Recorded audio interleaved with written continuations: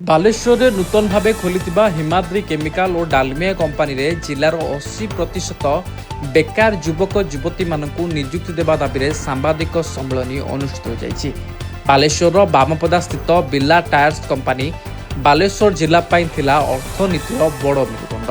Company କର୍ତ୍ତୃପକ୍ଷଙ୍କ ମନମାନି, ସରକାରଙ୍କ ଉଦାସୀନତା ଏବଂ ପରିଚାଳନାଗତ ତ୍ରୁଟିରୁ ଏହି କମ୍ପାନୀ ବନ୍ଦ ହୋଇଯାଇଥିଲା। ପରବର୍ତ୍ତୀ ସମୟରେ ଏହି କମ୍ପାନୀ ହିମାଦ୍ରି କେମିକାଲ ଓ ଡାଲମିଆ ନାମରେ ଖୋଲିବା ପରେ କମ୍ପାନୀ କର୍ତ୍ତୃପକ୍ଷଙ୍କ ମନମାନି ଏହି ନିଯୁକ୍ତି ସମସ୍ୟାର ଦାବିକୁ ଦ୍ୱିଗୁଣିତ କରିଛି। ନୂତନ ଭାବେ ଖୋଲିଥିବା ଏହି କମ୍ପାନୀରେ ସ୍ଥାନୀୟ ଯୁବକ ଯୁବତୀମାନଙ୍କୁ ନିଯୁକ୍ତି ନ ଦେବା ଭଳି ସମସ୍ୟାର ସମାଧାନ କରିବାକୁ ବାଲେଶ୍ୱରର ସଦର ବିଧାୟକ ପ୍ରାର୍ଥୀ ବିକ୍ରମ ପଣ୍ଡା ଏହି ସାମ୍ବାଦିକ ସମ୍ମିଳନୀରେ ନିଜର ମନ୍ତବ୍ୟ ରଖିଛନ୍ତି। ଦେଖନ୍ତୁ, ବାଲେଶ୍ୱର ଜିଲ୍ଲାରେ जो बृहत शिल्पानुष्ठान बिर्ला टायर 80 दशक खुलता जहाँ बालेश्वर सामाजिक अर्थनैतिक जीवन को चलचंचल करथिला, रुद्धिमान करथिला, विगत किछि वर्ष तले बंद हो गला। आज पुणी ये खोलिबार प्रयास आरंभ करिछि, खुलिछि मध्य।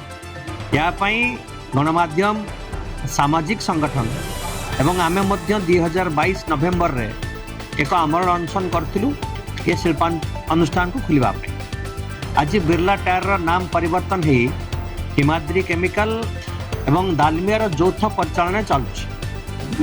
आमर आज आपण मान को एक निर्दिष्ट दाबी रह आपण मान माध्यम रे ए कंपनी कर्तृपक्ष को कि आज बालेश्वर जिला जेतबेले नियुक्ति रे बेकारी रे युवक युवती माने विभिन्न राज्य को दादन खटिबा पई जाउचंती।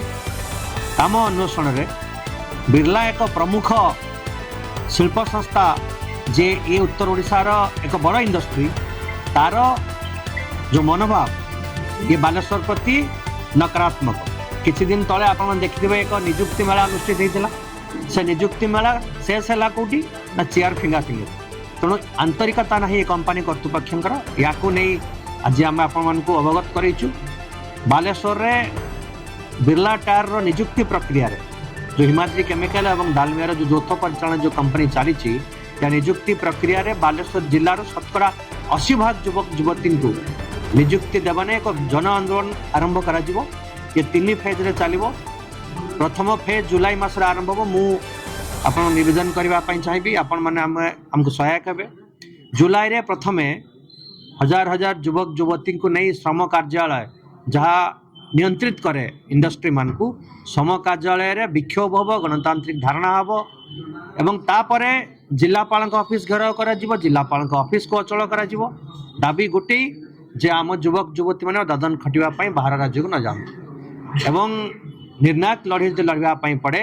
मुझे आपको कह रखा चाहे जे ये दाबी को सफल करने ऐतिहासिक गांधी स्मृति भवन रु एक पदयात्रा, नीरव पदयात्रा, शांतिपूर्ण पदयात्रा बिर्ला जो परिवर्तित नाम रे आज चलुची डालमिया ना रे हिमाद्री केमिकल्स ना रे तार फाटक सम्मुख को जीव तार निजर हक पाइब। तो देखो बिर्ला टायर आज की 10-12 वर्ष है बिर्ला टायर बंद होगा। कर्मचारी मैंने बहुत किसी आंदोलन करछंती, बहुत सामाजिक कर्मी आंदोलन करछंती, बहुत दल भी आंदोलन करछंती। बिर्ला टायर कर्मकर्ता मैंने आत्माहुतिर चेतावनी भी देइछंती। तो लोक एबे कहले जे सतरे से न्याय पाइबे ना एटा राजनीति मुद्दा बिर्ला टायर कथा कहि निजुको नहीं।